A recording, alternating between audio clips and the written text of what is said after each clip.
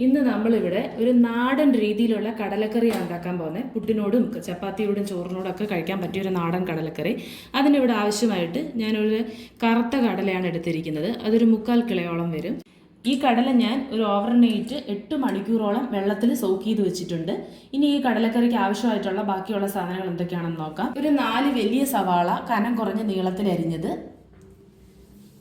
പിന്നെ ഒരു 3 വലിയ പച്ചമുളക് നടുക്കൂടെ കീറി നീളത്തിൽ അരിഞ്ഞത്, പിന്നെ ഇഞ്ചിയും വെളുത്തുള്ളിയും ചതച്ച് വെച്ചത്. വെളുത്തുള്ളി ഒരു 5 അല്ലിയോളം, പിന്നെ ഇഞ്ചി ഒരു ചെറിയ കഷ്ണം ചതച്ചത്, പിന്നെ ഒരു 2 വലിയ ഉരുളൻകിഴങ്ങ് ഇങ്ങനെ ചതുരത്തിലായിട്ട് അരിഞ്ഞെടുത്തത്, പിന്നെ ഒരു വലിയ തക്കാളി. വലിയ തക്കാളി ആണെന്നുണ്ടെങ്കിൽ ഒരെണ്ണം മതി, മീഡിയം സൈസ് ആണെന്നുണ്ടെങ്കിൽ 2 തക്കാളി ചതുരത്തിൽ അരിഞ്ഞെടുത്തത്, പിന്നെ ആവശ്യത്തിനുള്ള തേങ്ങാപ്പൂളും കൂടെ നമ്മൾ ഇതിനോട് ചേർക്കുന്നുണ്ട്. അത് കറിക്ക് നല്ല സ്വാദ് കൂട്ടും.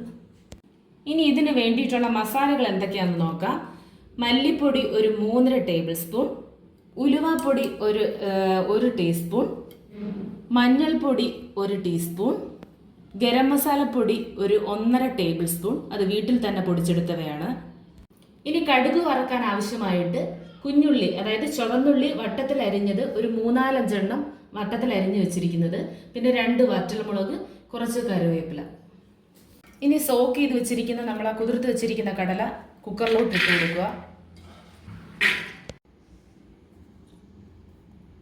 ഇനി അരിഞ്ഞു വെച്ചിരിക്കുന്ന സവാള നമുക്ക് ഈ കുക്കറിലോട്ട് ഇട്ട് കൊടുക്കാം, കടലയിലോട്ട്.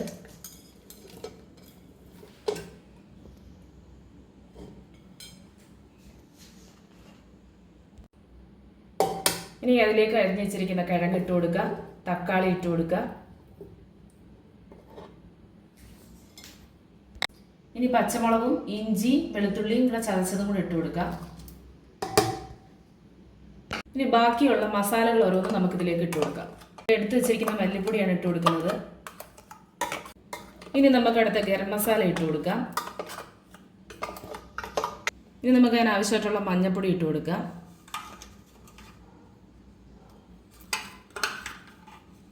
ഇനി അതിനാവശ്യമായിട്ടുള്ള ഉലുവ, ഇനി കുറച്ച് കറിവേപ്പിലയും കൂടെ നമ്മൾ ഇതിനകത്തിടും. ഇനി നമുക്ക് അതിനാവശ്യമായിട്ടുള്ള വെള്ളം കൂടെ ഒഴിച്ചു കൊടുക്കണം. വെള്ളം നല്ല നേക്ക നിൽക്കണം, എന്നാലേ കടല നന്നായിട്ട് വേവത്തുള്ളൂ. ഇനി ഉപ്പിടാൻ പോവുക. ഉപ്പൊക്കെ ഓരോരുത്തരുടെ ആവശ്യത്തിനനുസരിച്ച് കൂടിയും കുറച്ചൊക്കെ ഇടാം. ഞാനിവിടെ 1.5 സ്പൂൺ ഉപ്പിട്ടിട്ടുണ്ട്. ഇനി നമുക്കൊരു തവി ഉപയോഗിച്ച് നന്നായി ഇളക്കി കൊടുക്കാം.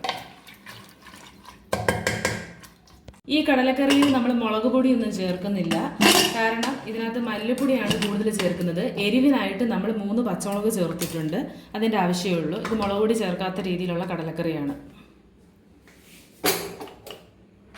കുക്കർ അടച്ച് ഗ്യാസ് സ്റ്റവ് ഓൺ ചെയ്ത് വിസിലിട്ട് ഒരു മീഡിയം ഫ്ലെയിമിൽ നമ്മളൊരു 8 വിസിലോളം, അതൊരു കടലയുടെ വേവ് അനുസരിച്ചാണ്, ഞാനൊരു 8 വിസിൽ വരെയൊക്കെ അടിക്കാറുണ്ട്. നമ്മുടെ കടല ഇവിടെ 8 വിസിലടിച്ച് നമുക്കിനി അത് വെന്തോ നോക്കാം.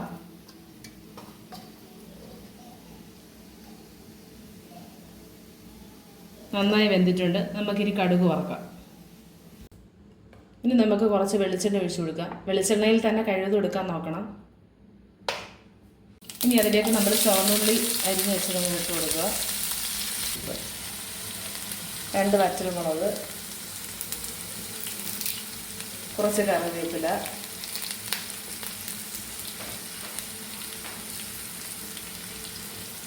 മാറ്റി വെച്ചിരിക്കുന്ന തേങ്ങാക്കൊത്തും കൂടെ ഇട്ട് കൊടുക്കുക. തേങ്ങാക്കൊത്ത് നമുക്ക് കറിയുടെ കൂട്ടത്തിൽ ആദ്യം വെച്ചതിൻ്റെ കൂട്ടത്തിൽ വേണമെങ്കിൽ വെക്കാം. ഇത് ഞാൻ കടുക് വറുത്തതിൻ്റെ കൂട്ടത്തിൽ ജസ്റ്റ് വറുത്തതേ ഉള്ളൂ. ഇതിനി ഒരു ഗോൾഡൻ ബ്രൗൺ ആവുന്നത് വരെ നമ്മൾ നന്നായിട്ട് ഇളക്കി കൊടുക്കണം. ഈ കടലയ്ക്ക് 8 വിസിലോളം മതിയായിരുന്നു. ചില കടല നമ്മൾ കടയിൽ നിന്ന് മേടിക്കുമ്പം ചിലതിന് വേവ് കൂടുതലായിരിക്കും. അപ്പോൾ അതിനനുസരിച്ച് നമ്മൾ 8 വിസിലെന്നുള്ള സ്ഥാനത്ത് 6 വിസിലോ 5 വിസിലോ ഒക്കെ മതിയായിരിക്കും.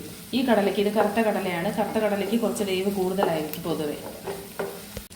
ഏകദേശം ഗോൾഡൻ ബ്രൗൺ നിറത്തിലായിട്ടുണ്ട് നമ്മുടെ തേങ്ങാക്കൊത്തു ഉള്ളിയെല്ലാം. നമുക്കിനി അത് കറിയിലോട്ട് ഒഴിക്കാം. നമ്മൾ ഈ കടുക് വറുത്തത് ഈ കറിയിലോട്ട് ഒഴിച്ചു കൊടുക്കുക.